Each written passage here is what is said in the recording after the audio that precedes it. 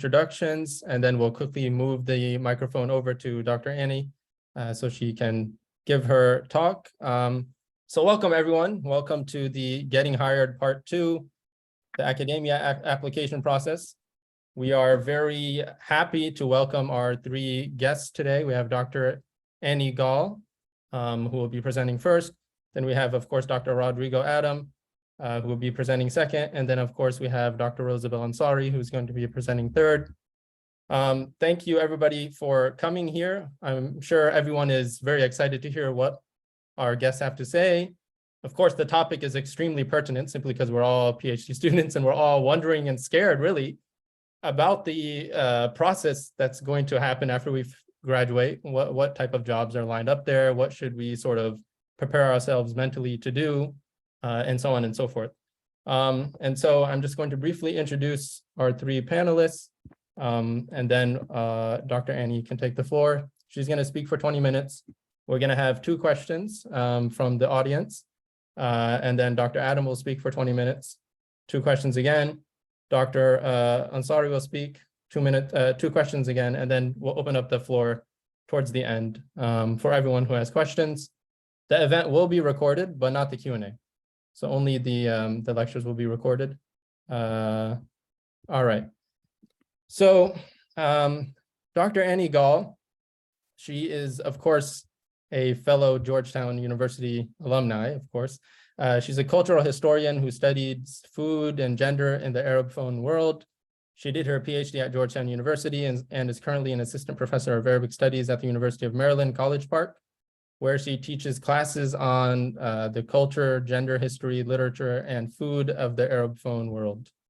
And then we have Dr. Rodrigo Adam. He did his BA in history and German at the University of Wisconsin, and then went on to do his master's and PhD in Near East Studies at the University of Chicago, and is currently an assistant professor at Georgetown University.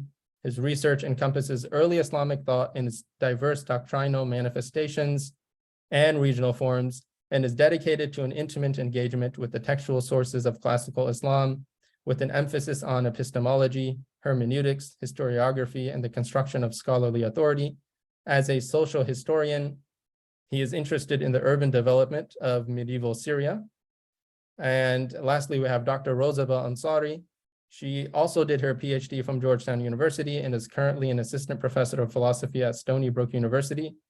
She studies the history of Arabic and Islamic philosophy. Her research involves the transmission of ancient Greek philosophy into Arabic, Arabic and Islamic metaphysics, and the intersection between philosophy and mysticism in Islamic thought. So as we can all see, all of our guests are Georgetown alumni or somehow linked and associated with Georgetown, and they also have been recently graduated from a PhD program and are now teaching professors. So with that, I turn the floor over to Dr. Gall. Thanks so much for having me, and thank you for the introduction. I'm really glad to see these kinds of things, these events happening in the department. I sort of based my presentation on things that I wish I had known that I didn't know when I started this process. And some of it will maybe begin a little bit dire and depressing, but then hopefully will include some concrete strategies that really helped me through it. I also have a brief sort of document of kind of key takeaways that I'll share once I get into the presentation a little bit. I do have to leave right at 4:30, but also put my email into the chat. Like, feel free to reach out with follow-up questions that we don't get to. So the first thing that I'll offer is sort of some big picture things that I wish I had known about the job market. I'll talk about when and where to find jobs. I'll talk a little bit specifically about Arabic jobs. Although I don't know, are there folks here who are in an Arabic language literature track that would be helpful for? Because if not, then I can skip that bit or sort of condense it. It seems like most people here are Islamic studies, but Islamic studies for everyone else. Yeah. as far as I know. All right, I'll sort of condense that and convert it into something more generalizable. And then I have a few thoughts on materials. Somebody is both. Okay, so I'll talk briefly about Arabic jobs. I just have a couple of little points there. So my first sort of big picture observation is that being on the job market is mentally, but also emotionally exhausting. You'll have to write a lot of new materials in genres you've never written before, like a teaching philosophy statement or a research statement. It will last months or years, depending on how it goes. It takes up a lot of your time while it's happening. And there's a lot of rejection, which is, it's just like a lot to deal with. So I went back and looked over the jobs that I applied to, and just to give you a sense of sort of numbers. I was applying, my research is quite interdisciplinary. So I was applying in 3 different fields. I was applying in history jobs, in women's and gender studies jobs, and in Arabic. So I applied for a lot of jobs. Looking back, I think I wouldn't have applied for quite as many, but it does make sense to sort of think about which fields you might be competitive in. So I was on the market for 3 years. I started while I was still writing my dissertation, and initially mostly just applied for postdocs. But over 3 years, I applied for 67 jobs. I got 15 first-round interviews. I only got 1 offer for a campus visit, and then that one resulted in a job offer. So over 60 applications. It was a lot, but also you only need 1 of them to work out. I had like 1 that led to a follow-up interview, and that one worked out. So that's like the bright side, is you only need 1 of these to work out. Another big picture point to keep in mind that I think I'd understood is how much of the process is really down to luck. So much of the process is outside of your control. So much of these decisions are not about you. They're about internal dynamics of the committee, internal politics of the department that's hiring you. I've people who have been on a lot of committees. I had one mentor who served on a lot of committees, and something that they told me was that often the candidate who looks like the best candidate on paper or fits the job description best on paper isn't necessarily the one that gets hired. Committees have to make decisions based on consensus. So there might be a candidate that everyone can agree on that doesn't necessarily look like the best fit on paper, and they get the job. Like, all of that is to say that it's like very frustrating and difficult that so much is out of your control. But there's also sort of like a liberating side to that, which is like, there's a very sort of finite sphere that you can control, which is the materials that you put forward. And all you can do is sort of put the best version of yourself in those materials, and send them out into the world. It is, I wish I had known how time intensive it was. It's hard to get a lot of writing done while you're also on the job market. So what to do with all of this? I will share this Google Doc now, which has just, I think it's just like five things, 5 suggestions I have to help you navigate the job market. You can start them even if you're like a few years out from the process. That will sort of like help you dip your toe into this cold, horrible sea of the market. So my first piece of advice is to start cultivating a support network for the job market, which is not just people on your committee, because you're also going to be like pestering people on your committee to read your chapters and to write letters and all of this. So it really helps to sort of broaden, think about like, who is someone, I basically advise people to look at colleagues, friends, people in your field who are maybe like a couple of years ahead of you in the process, who have just gone through the job market, the job search and the job market process. So that can be helpful because they're people who remember it and know what it's like and can provide emotional, but also really practical support. But also if they're a few years ahead of you, if they're like already in a job, then they're not competing with you for the same jobs, which can just make it a bit easier for them to support you. It's just less complicated. And then I also recommend thinking about 1 or 2 people in your network who are professors who have sat on job committees, on search committees recently. Again, like ideally that includes people who are not just people on your dissertation or your comps committee. So think about people that you have been on panels with, for example, or other professors at Georgetown.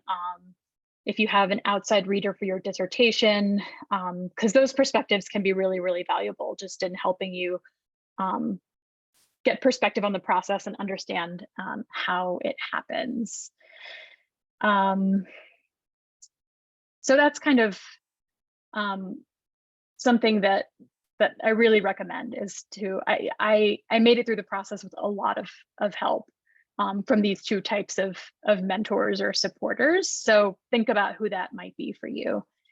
And my final kind of big picture piece of advice is to take all advice about the job market with a grain of salt. There's a ton of advice out there. There are books, there are websites. Sometimes you'll ask people for advice and you'll get two contradictory answers. The market is so convoluted in the way that it works that in some situations, there's no one correct answer. Ultimately, your materials and your applications they're your representation of you and your work. And so decisions about them kind of come up down to your judgment.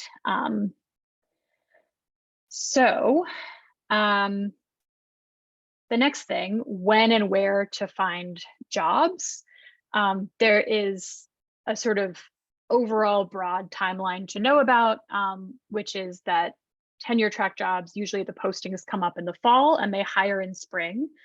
Postdocs tend to be posted throughout the academic year.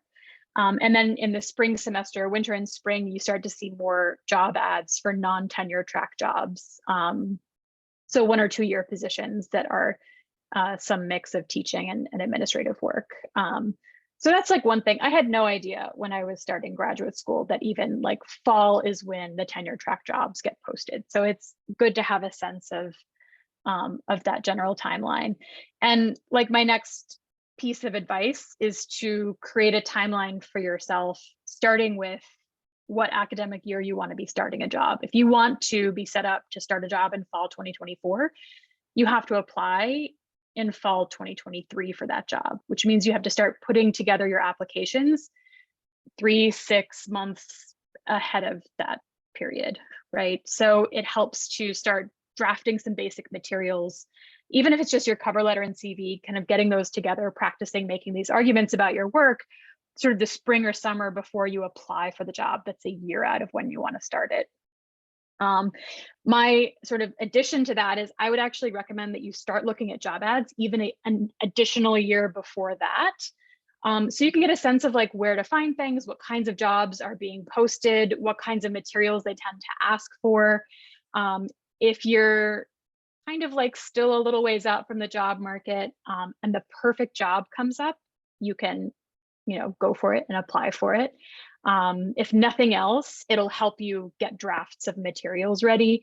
I also really recommend looking at postdocs, which are typically, I would say typically like 1 to 3 year positions with like, some of them increasingly have a bigger teaching load than others, but often they're sort of interim positions with a light teaching load. I had one just for 1 year and it was hugely helpful. I spent a lot of that year just applying for jobs, but it was super helpful to have a position, access to a research library, get a little bit of teaching experience and just get paid to essentially not have too many administrative or teaching responsibilities and apply for jobs. And so postdocs also, in the first year I went on the market, I was still writing and I just applied for like 6 or 7 postdocs. So that can be a good place to start too, before like diving into the full applying for all the kinds of jobs. Another piece of advice I have, there's a ton of places you can find jobs online. And the more I looked, the more I realized there were like 2 or 3 websites that were posting the kinds of jobs most relevant to me. So for me, that was HNet and Higher Ed Jobs. The MESA job board, Middle East Studies Association job board also had some good things. So different fields might have like different places where you find jobs. It's just overwhelming to check more than 2 or 3 job posting sites regularly when you're on the market. So something you can do as you start looking for places is figure out, are there a couple of places that I want to check regularly? And when all of those tenure track jobs are being posted, say from like August to November, I would check those 2 or 3 sites almost every day for new job postings. And then for the rest of the year, I would, check maybe once a week or once every 2 weeks just to see if there were new things. Also academic listservs, make sure, for me, I saw job postings too on like modern Middle East history listservs, Arabic language and literature listservs, and food studies listservs, right? So figure out what your subfields are, and that's something you can do like really early on, even before you're on the market, is just make sure you're sort of on email lists that are going to filter some relevant jobs your way. One brief thing I'll say for Arabic literature jobs or Arabic language jobs specifically, although I think this, in a way that this sort of can apply, the principle applies to anyone's job search, is that for Arabic jobs, they're either housed in comparative literature departments, or they're housed in like Arabic departments or area studies departments. Like there were sort of 2 kinds of Arabic jobs. And I found that like comparative literature departments tended to hire people who were coming out of comparative literature departments. So like thinking about what kind of institutional homes your research fits into, and then strategizing a little bit about how to position yourself on the market for that. For example, I applied for some comparative literature jobs. I never even got a preliminary interview. If I were going to do it again, I might think about, if I really wanted to go for those jobs, you can make it a priority to present at a comparative literature, for example, conference, or pull someone who's in comparative literature to be a discussant on a panel that you're organizing, or recruit someone from a field like that to be an outside reader for your dissertation. So thinking about, I guess, not just discipline, but the actual departments where jobs are housed. If you start sort of tracking that, it can help you think strategically about how you're positioning yourself and who your mentors might be that can help you look for those jobs. I will also say, this seems so obvious, but if you are applying for an Arabic job, prepare all your interview questions in both, your responses in both Arabic and English. The first time I was asked to do half of the interview in Arabic, I was like totally taken by surprise, and I like made my way through it and it was fine. But there are certain jobs, especially if you're going to be teaching Arabic as part of the job, like, even as a native speaker of English, you should rehearse and prepare interview responses in English, but the same is for Arabic, so that's just like a small point, that there will be interview questions in Arabic if that's a really important part of the job.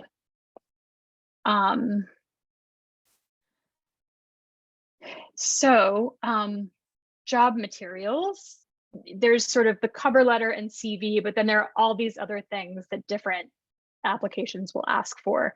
Some will want a research statement, some will want a teaching statement, some will want sample syllabi, some will want a diversity statement. Like these are all sort of new genres of writing. I found it really overwhelming to like figure out how to produce them all at once. And my advice there is, hopefully you've developed a little circle of supporters, but also think of your broader network. There's sort of 2 asks that you can make of people to help you with materials.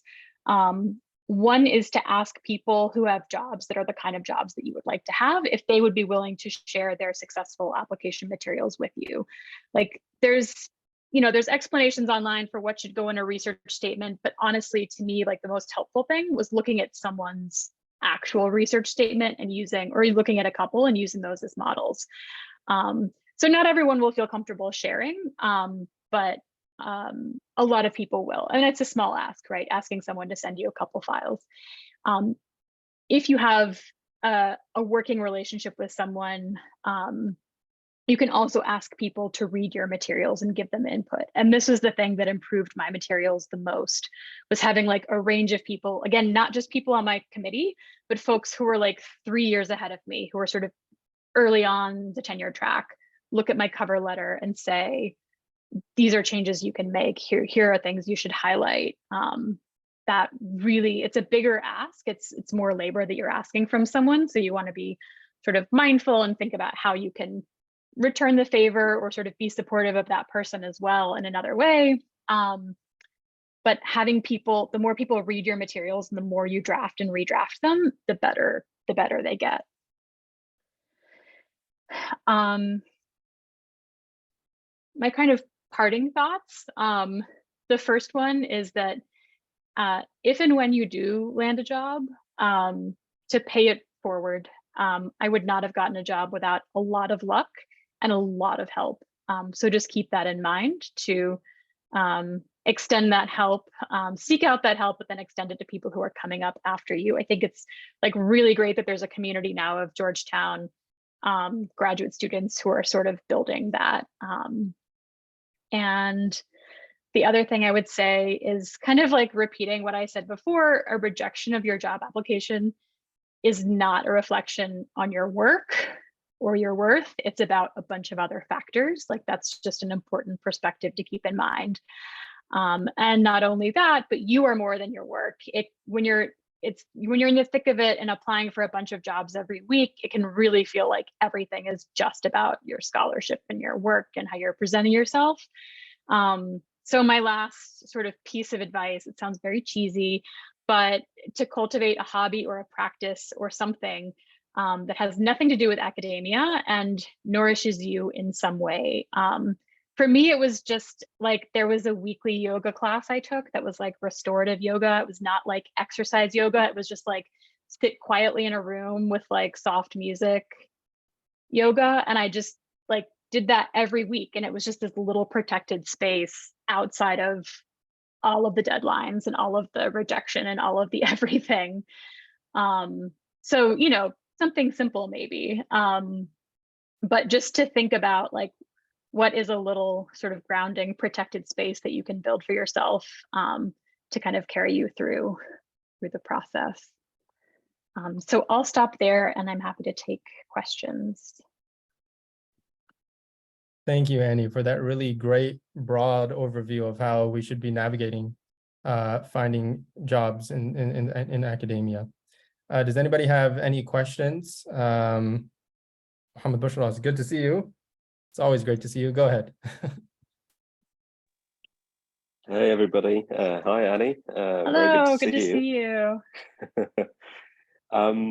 Yeah, so I'm obviously, you know, in that process at the moment. I finished just over a year ago now.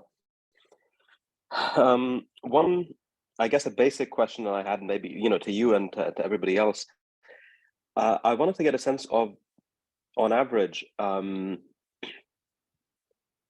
how many programs have you found just essentially ghost you, don't reply? Like you've applied and they just don't even send you a rejection letter. Because sometimes it's difficult to gauge, like, you know, some applications you send an application, they get back to you in 2 weeks. They're like, so sorry, thank you, no, we don't want you. And others, obviously, you know, other stuff happened, but then others, it's just like you applied to them like, I don't know, 3 months ago, and you've heard back from everybody else that you've applied to since. Do you just assume, is that common, or how common is that? Yeah, good question. I'm adding this to my list of things I wish I knew. Yeah, you'll be ghosted. It sucks. It's horrible. It's unprofessional. It's unkind. It's disrespectful, but it happens. I think often places don't want to send out the final rejection until they've finalized the contract of the hire. And then sometimes they just forget. Yeah, people get ghosted after interviews. Like this is why I'm saying, like, find people who can take care of you. Like you have to find ways to deal with this, because it's like horrible, like emotionally. So yeah, unfortunately, that's common. I'll briefly say there are these like wikis online where people will post updates about like, oh, first round interviews went out for this job or that job. I made a decision to just not engage with those at all, because I found it like detrimental to my mental health. And I just assumed if I wasn't hearing from places, that was a rejection. I will add, it doesn't hurt to check your spam filter every now and then. Like sometimes emails will go there, but places will usually follow up if they don't hear back from you about like an interview offer. So I will say that it's not a bad practice to check your spam, but short answer to your question is like, yes, it's a common practice, unfortunately. Sorry, just to add a little thing. I thankfully I haven't delved into the wikis, but one thing I heard recently is apparently some particularly malicious committee, like hiring committee people, will go into those wikis and spread disinformation. Something I heard. I've also heard sometimes it's rumors, sometimes people say mean things about each other. Like, yeah, I've just decided not to engage with that stuff. So it's, yeah, an unfortunate part of the process. What are those wikis you're talking about again? They're sort of Wikipedia style. That's the model of the page, where I think they're by discipline. So there'll be like a political science academic jobs wiki, and it's a website where people will post jobs that are advertised, and then they can post updates like, I got an invitation for an interview, or I got an invitation for a campus visit. So it's like crowdfunded, crowdsourced websites for this information about jobs, but not regulated, hence the potential for rumors and disinformation. Anybody have another question? Irene, go ahead. Yeah, so I have a whole lot of writing ahead of me, and I'm also seeing like I need to apply for jobs this fall. So there's, I guess, around 2 months of me just working on job applications. I kind of feel like I should probably also, and this is what I'm trying to decide, whether I should try to very quickly submit something to MESA, an abstract, so that I also have a conference on my CV by the time that I go on the job market. Whether I should try to do some adjunct teaching and like, you know, kind of try to, it just seems like when am I ever going to write this dissertation when I'm constantly like supposed to basically now line myself up for after the dissertation. I'm not going to write this if I adjunct, work on a conference presentation, work on material, etc., like for applications. I want to prioritize. For me, a conference, for example, is really complicated with a toddler and a very busy husband. I really don't know. I really don't want to go. So the question is like, can I just not present at MESA and have no conference presentation on my CV? I mean, I presume I can, but what are the priorities? Obviously, writing my dissertation needs to be the priority, right? So yeah, do you remember that stage of your? Yeah, I mean, it's really tough. I guess one piece of advice is to try to break the process down into small pieces. So if you're going to go on the job market next fall, like, can you carve out time in the spring semester to just get a few copies of other people's like cover letters that they used for jobs that are similar to the jobs you think you're going to apply for, and just draft a cover letter. So at least you have a draft in the fall that you're editing instead of writing something from scratch. Like, what are little things, make sure your CV is updated, like little things you can do ahead of time that will sort of at least spread out the work and maybe make it feel more manageable. And then with trying to integrate conference presentations and publications, just see what you can do to make them work for you. So can you present a conference paper that is effectively a section of a chapter you have to write of your dissertation anyway? I really tried to like only do conferences or like speaking engagements, or while I was in this sort of phase, I would only do these kinds of activities if it was going to force me to like write a section of text that was going to get my dissertation closer to being finished. And also, I mean, think about conferences as if there's someone, conferences can sort of, putting a panel together can be a networking, stupid word, but it can be like a networking activity where you can build relationships, like invite someone to be a discussant on your panel who's maybe a senior scholar who can then be a source of advice as you navigate the job market. So to try to think of these things as activities that sort of inform and help each other and not just competing for your time, if that makes sense. Can I just skip the conference part? Like, I mean, that's a mean question to ask, but seriously, is it that helpful? I mean, Yes, you can skip it. Do people, I mean, I don't know if like nobody here has I think been, this is the thing where there is no like one answer. Like I need conferences because I need external deadlines to force me to write things. So like that's how I discipline myself to actually produce writing, but other people don't. And like, yeah, I don't think not presenting at Mesa this year is going to be the reason you get rejected for a job. You know, like no one thing is going to completely tank you. Yeah. Because it's a question also for somebody who's been on a hiring committee, but how much, you know, they look at conferences and conference presentations. I kind of feel like that's the one thing, because it's so overly complicated with a toddler. That's the one thing where I can just skip Yeah, I it. wouldn't worry about it in particular. I don't think the conferences they've never made or broken someone's chances. That's my view. Thanks. Yeah. Cool. Yeah. And I think we can take some of these questions at the end as well, where we can have all of our 3 guests answering them together. And so I don't want to prolong this part just too much. So instead, maybe we can move on to Dr. Adam. All right. Um, All right. So I didn't know exactly what the format would be, and some of this might be more applicable to some than others, depending on what stage you're in this process. But yes, as Annie said, it's about, you know, things I wish I had known and strategies, exit strategies.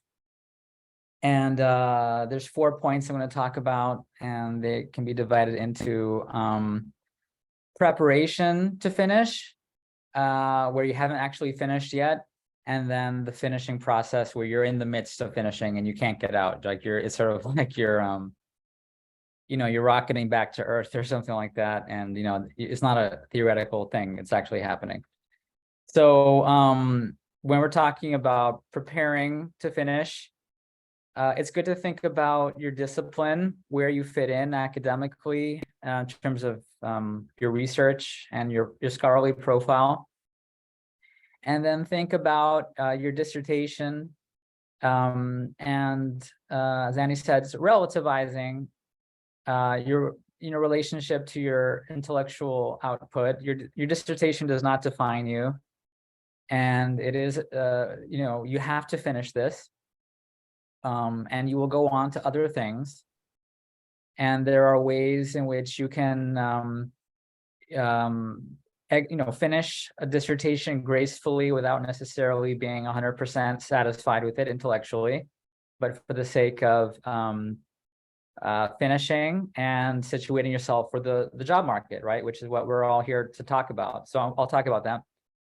Now, when it comes to finishing, we'll talk about the issue of the last year of the PhD, because as was alluded to already, yeah, you're so busy during your last year applying, you know, that you're, you know, it's not what you imagined. We'll talk about that.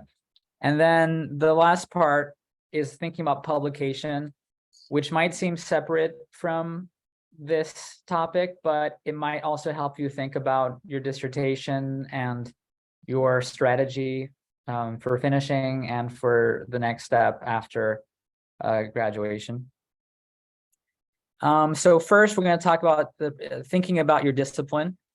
All right.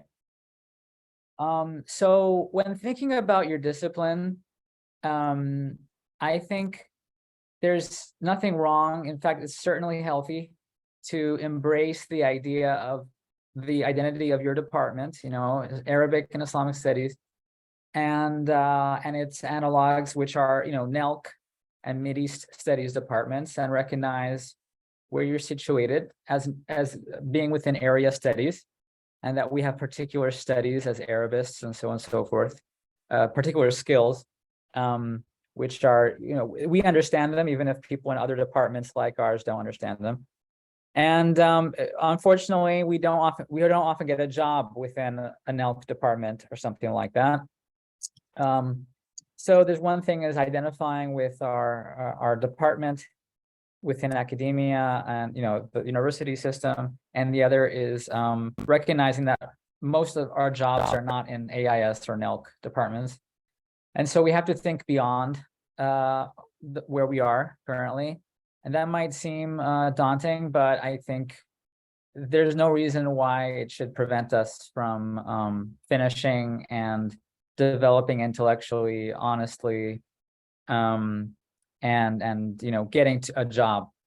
So I think if you think about your academic interests and where you're situated, I think you can appreciate what you do both from an Arabic and Islamic studies training, as well as what type of function you can play within broader academia in the humanities, okay, whether religious studies or literature departments or philosophy or history, all right, and beyond, and that you should, it is worthwhile to think about allies in those other fields, other departments. And you can, sometimes you make those at, during your time at Georgetown. Other times you might try to be adventurous and, get into conferences organized by those groups. But it might be also something that you only begin to develop once you graduate and you have a postdoc or a first job. But the point is that it's worthwhile thinking about these allies beyond our department necessarily, who can help you maybe as a, the type of person who would be a second reader beyond the department, who would help you situate your work for a broader audience.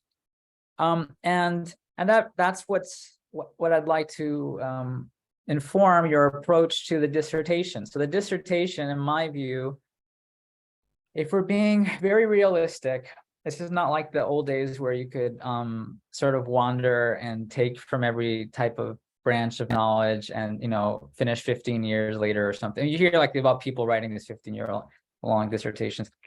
But so it has to be finished, and it basically is your it is what you're going to be showing to a committee, both those who graduate you, as well as in all likelihood those who are hiring you. Now I want us to be realistic about what it means for other people to see your dissertation. You never, I mean, in generally speaking, you should never have to send your whole dissertation into a hiring committee. Okay, they might do that if they're like, they think they're, gods on earth, or it's a highly competitive thing. But like on the average, you'd be sending in 1 chapter, maybe 2 chapters. All right. And so that means that you can think about particular chapters as your calling card that you leave in the application process. All right. What it means is, if we're thinking about how to finish this, right? Remember, we're still in the preparing to finish, or we're still in the, before the pressure ratchet. How do we gracefully, wrap things up? Is by not stressing about the entirety of the dissertation in the same way. If we understand that some parts of the dissertation will be just raw research, which only someone in Arabic and Islamic studies will understand, that's fine. And there might be another chapter which would be better framed for religious studies, or better framed for history or philosophy or whatever it might be, in which you would bring in the pertinent secondary literature. It's not necessarily about implementing a methodology throughout your entire dissertation, as much as this is my advice, thinking about certain chapters that would be, if one would be more historical, sometimes you have to do that, right? You write a biography for an individual, right? Maybe that chapter would be for a good one for the history departments that you apply to. The other one, you explain their thoughts, and that might be good for philosophy. And then maybe you have another chapter where you do some analysis, and maybe that will be good for a religious studies department, where there's some theory and, additional auxiliary discussion. So, when I say writing to be hired, I don't mean that you should, just only look at your dissertation now as like application material. But you should be aware of the fact that you are going to be using at least part of it strategically.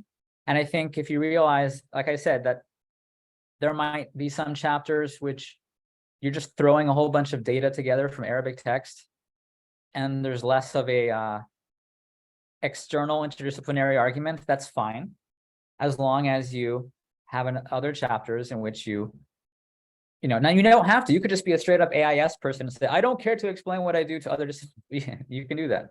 You can hedge all your bets with the NELC people, right? I'm not, and you can do that, but it wouldn't be wise, in my view. And it's not that all of a sudden you have to reinvent yourself as someone in another discipline, but I do think that it is part of a process. We have imposter theory, imposter syndrome sometimes.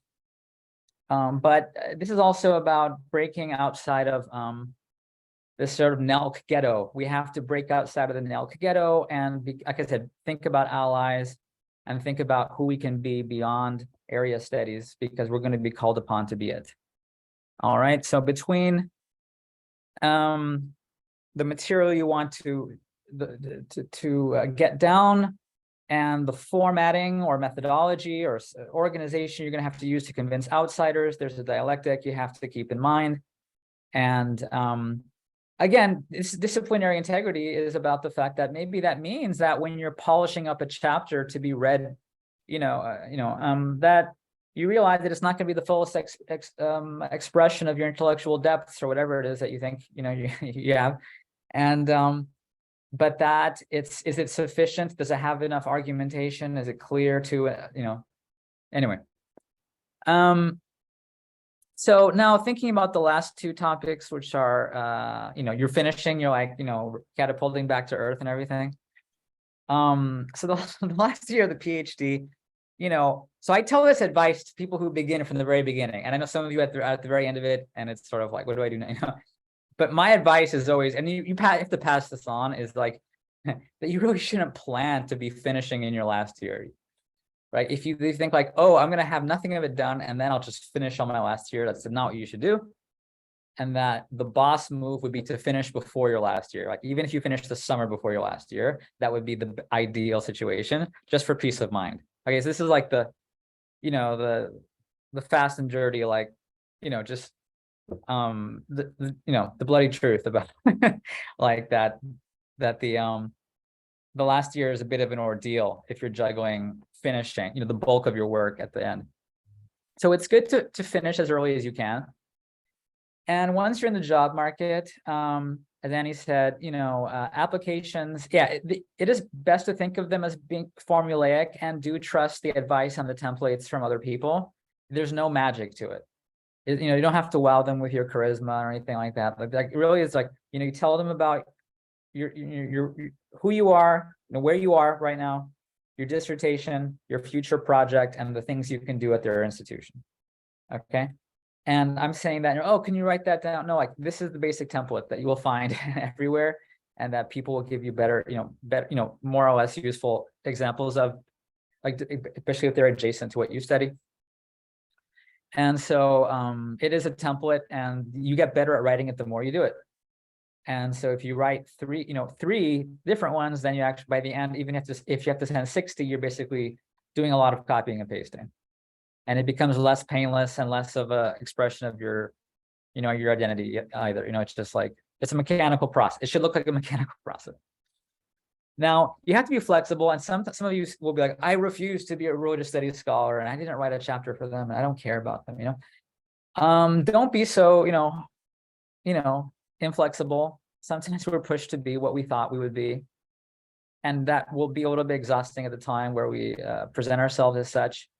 But the truth is that, we do have a role to play, and we shouldn't think, that we can't rise to the occasion when we possibly can. And, so we shouldn't have self-limiting beliefs. Recommendation letters are important, not just from your AIS faculty, but also, your outside readers, right? And you might have an outside reader who's 80 years old, that's probably not the best idea. I mean, like, you need someone who's going to be able to write recommendation letters to you for the next 20 years.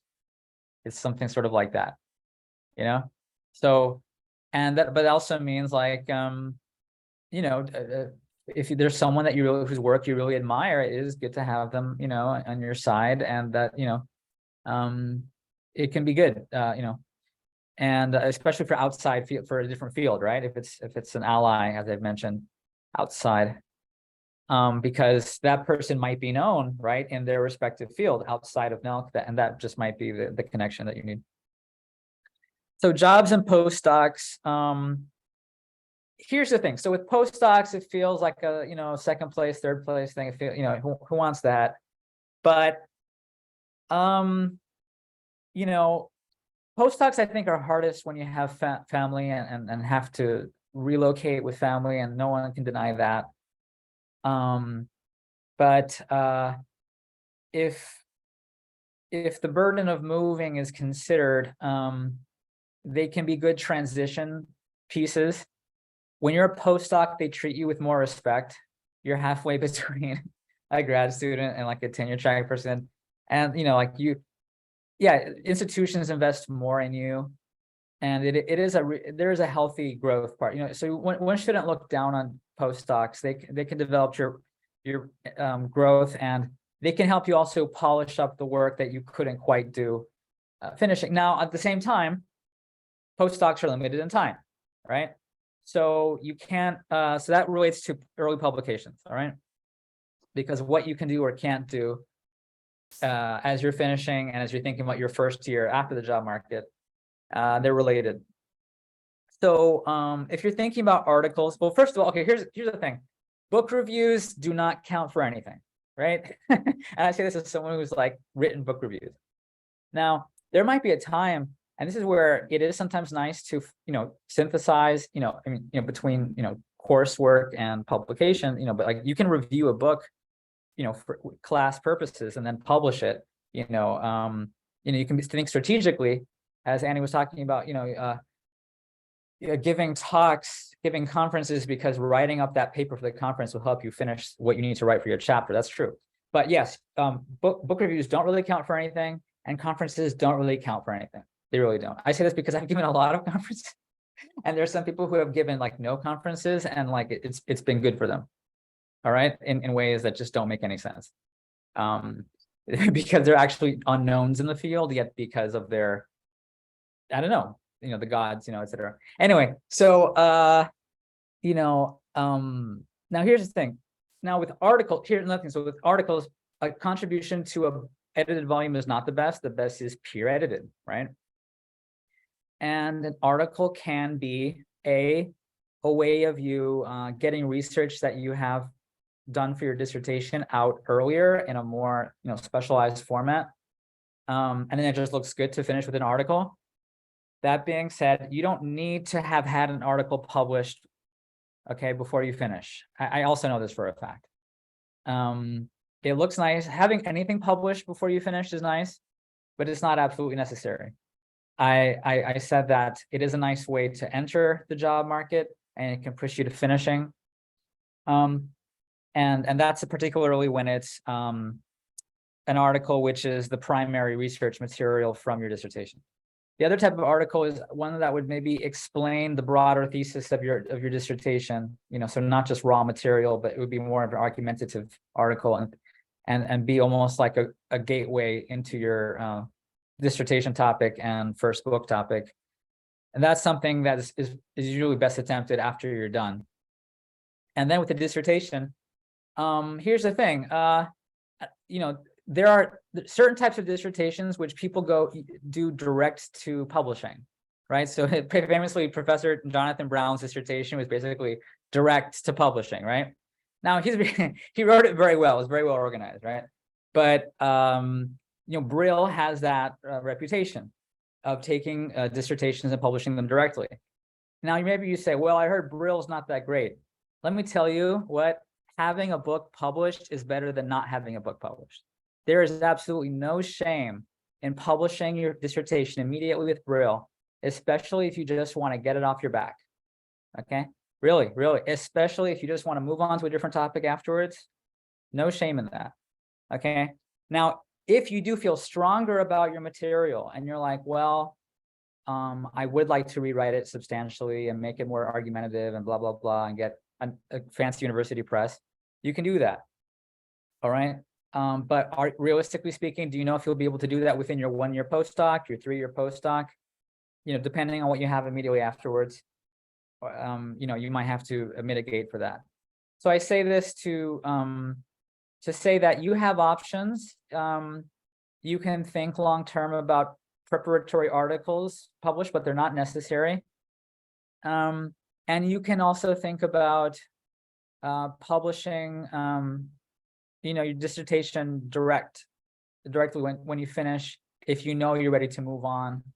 And the reason why I mention it here is because sometimes we're burdened, like we have a really toxic relationship with our dissertation, and we don't know how to end our relationship with it. So we need to somehow end the relationship and finish with it.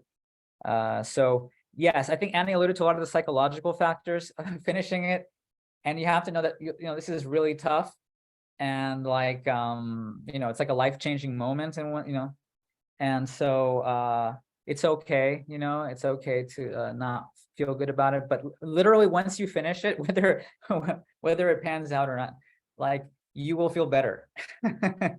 There is sort of a you know, there's an end to this feeling of constantly feeling like, you know, you're a Pavlovian experiment, you know, and there's something triggering your fight flight response. Like, it's not going to be that way forever. So, and that, which means also to say that, you know, if it's okay to not feel great at the moment, and just like, you know, and admit it, and, you know, it's real. It doesn't feel good, but it will end soon, and you will feel better. It's not forever. Like, as bad as you feel now, it will not feel forever. And it's not something that has to poison your relationship with academia, or, you know, your research, or yourself. You know, I mean, this is a psychological aspect. Maybe we should like host somebody for a future event here who can talk to psychology. And on that note, I'll stop. Thank you so much, Professor. Thanks for the wonderful presentation, but also just keeping it real, telling it as it is, basically, but also giving a little bit of levity to it all with your jokes. So thank you so much for that. We're gonna move directly now to Dr. Rosabelle Ansari, and then afterwards we'll take questions at the end, simply because it just makes more sense this way, but also so that everyone can answer the questions together. So go ahead, Dr. Ansari. Hi, thanks for having me back. I'm just going to talk for a few minutes, not very long, because I think that Annie and Rodrigo pretty much covered all the main things.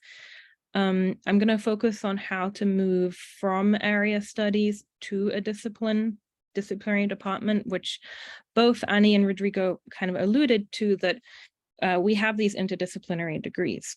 But not, I mean, and even if ideally you want to get a job in a similar department, like a NELC department or a Middle Eastern Studies department, there are just not that many of those jobs available, because think about it, there are thousands and thousands of higher education institutions that will hire PhDs, but they will have history departments, they will have literature departments, they will have philosophy departments, but very few are going to have an Arabic program, a Middle Eastern program, or a even more specific, like, you know, Near Eastern Studies or Islamic Studies.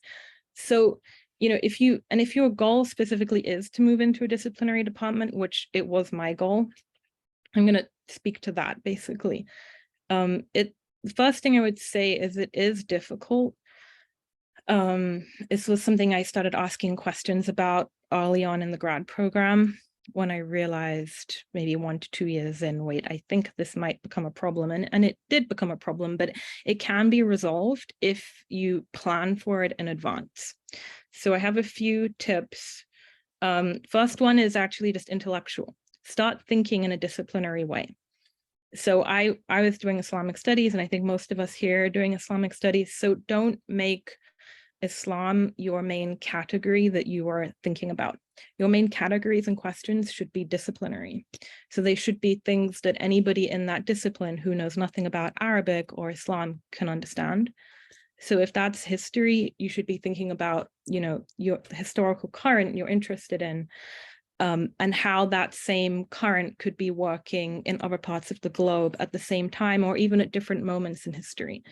I personally moved into philosophy, so my main questions were like philosophical questions. No point getting into that, but basically questions that any philosopher can understand and appreciate. So you need to just start thinking that way about your research. And so if your goal is to move into a specific discipline, and my advice would be a little bit different from what Dr. Adams said, I would write my entire dissertation, which is what I ended up doing, my entire dissertation geared towards that discipline. But that's, I guess, if you're very focused on one particular discipline. The second piece of advice I have would be to seek out disciplinary mentors who are established in that field and who will be able to write for you. In addition to being on your committee, like other people, not just committee members. So I ended up making a committee entirely of people in my discipline. And the only person I had from the department was actually in the discipline itself, philosophy. I mean, she's left now, but as much as possible, you can get mentors from that discipline. And also mentors who are not on your committee, because that actually shows professionalization when you have people you've worked with who are not from your dissertation committee who can speak to your research from within that discipline, people also outside of your institution. So I ended up doing that.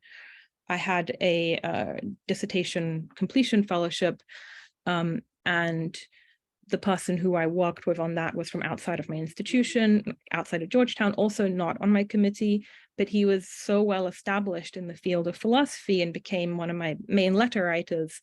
That was actually really helpful for me on the market. I discovered afterwards, because people who know nothing about Arabic and Islamic philosophy knew his name. Then the third piece of advice, go to disciplinary conferences.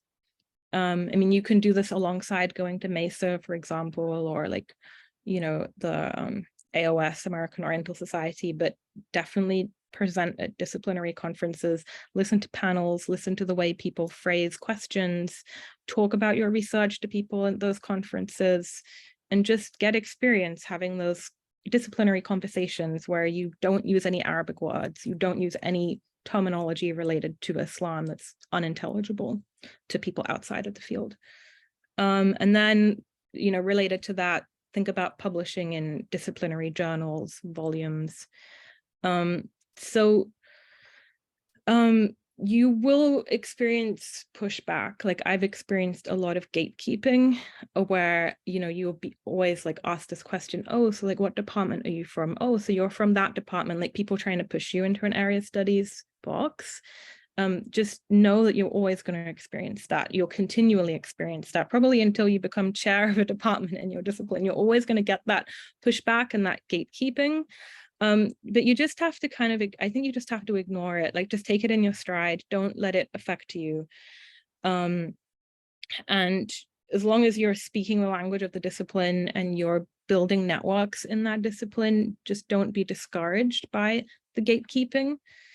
And then there's one more thing. Oh yeah, also do be aware and plan to speak about the value of the interdisciplinary training we have. Like we do have a special type of training that people in disciplinary PhDs will never get, or unless they get it from some outside source. Like specifically the language skills we have, don't just think of it as a burden. It's also, it gives you something that you can use to make yourself stand out. Now, you don't want to draw attention to it. Hey, I have this interdisciplinary degree, but I want you to hire me in, you know, this discipline. But when you're questioned about it, be prepared to speak confidently. So what I ended up doing is like phrasing my research in a disciplinary way, but showing how my knowledge of Arabic was what made me the best able to do that research with the philosophers I'm working on, because people who are trying to work on those philosophers who don't have that same like knowledge and background in Arabic just are not able to do it as effectively. So I think that's pretty much everything I would have to say. I mean, I'm happy in the Q&A to talk more about my particular journey in this regard, but that's the general advice. It's difficult though, but it can be done and probably needs to be done to be successful in the job market with an interdisciplinary degree. Thank you, Dr. Roosevelt, for again, that good presentation, but also sort of wrapping it up for all of us and telling us things in addition to what Dr. Adam and Dr. Annie had been telling us. Let's open it up now to the Q&A.